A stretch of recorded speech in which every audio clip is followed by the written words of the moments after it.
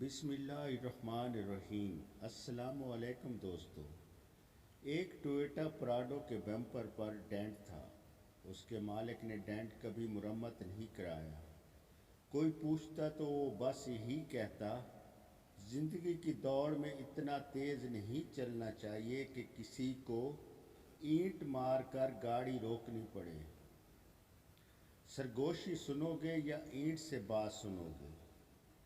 एक नौजवान business manager अपनी प्राडो न्यू टोयोटा में दफ्तर से डीएचए में वाक़या घर जाते हुए एक पसमानदा इलाके से गुज़रा जो मुज़ाफ़ात में ही वाक़या था। अचानक उसने एक छोटे से बच्चे को भागकर सड़क की तरफ आते देखा तो गाड़ी आहिस्ता कर दी, मगर फिर भी उसने बच्चे को कोई चीज़ उछालते देखा।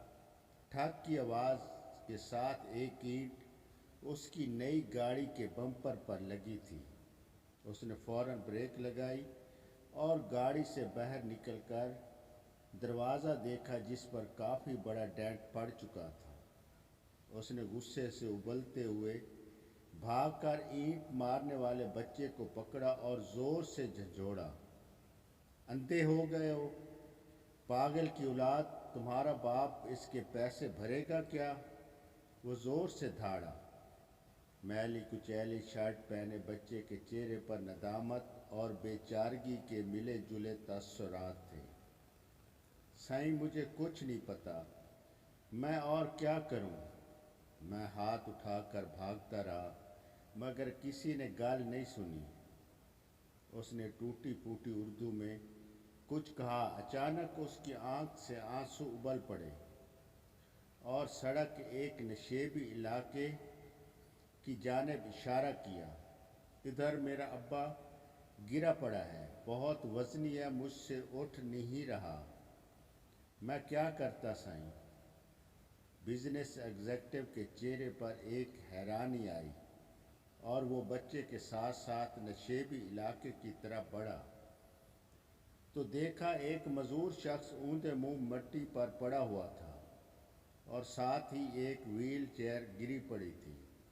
ऐसा दिखाई दे रहा था कि शायद वज़न के बायस बच्चे से व्हील चेयर संभाली नहीं गई और नीचे आ गिरी, और साथ ही पके हुए चावल भी गिरे हुए थे जो शायद बाप बेटा कहीं से मांग कर लाए थे।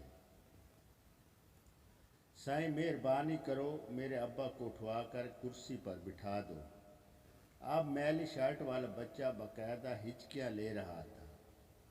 नौजवान एग्जीक्यूटिव के गले में जैसे फंदा सा लग गया। उसे मामला समझ आ गया और अपने गुस्से पर बहुत नदामत महसूस हो रही थी। उसने अपने सूट की परवाह किए बगैर आगे बढ़कर पूरी ताकत लगाकर करहाते हुए मजूर शख्स को उठाया और किसी तरह व्हील चेयर पर बिठा दिया। बच्चे के बाप की हालत गैर थी और चेहरा खराशों से भरा पड़ा था। वो भागकर अपनी गाड़ी की तरफ गया और बटुए में से 50,000 निकाले और कपकपाते हाथों से मजूर की जेब में डाल दिए। फिर टिश्यू पेपर से उसकी खराशों को साफ किया और व्हील चेयर को धकेल कर ऊपर ले आया। बच्चा ममनूनियत के आंसू से उसे देखता रहा और फिर बाप को लेकर अपनी झुग्गी की तरफ चल पड़ा। उसका बाप मुसलसल आसमान की तरफ हाथ उठाते हुए नौजवान को दुआएं दे रहा था। नौजवान ने बाद में एक खैराती इदारे के ताउन से झुग्गी में रहने वालों के लिए एक झुग्गी स्कूल खोल दिया और आने वाले सालों में वो बच्चा बहुत से दूसरे बच्चों के साथ पढ़ लेकर ज़िंदगी की दौड़ में शामिल हो गया।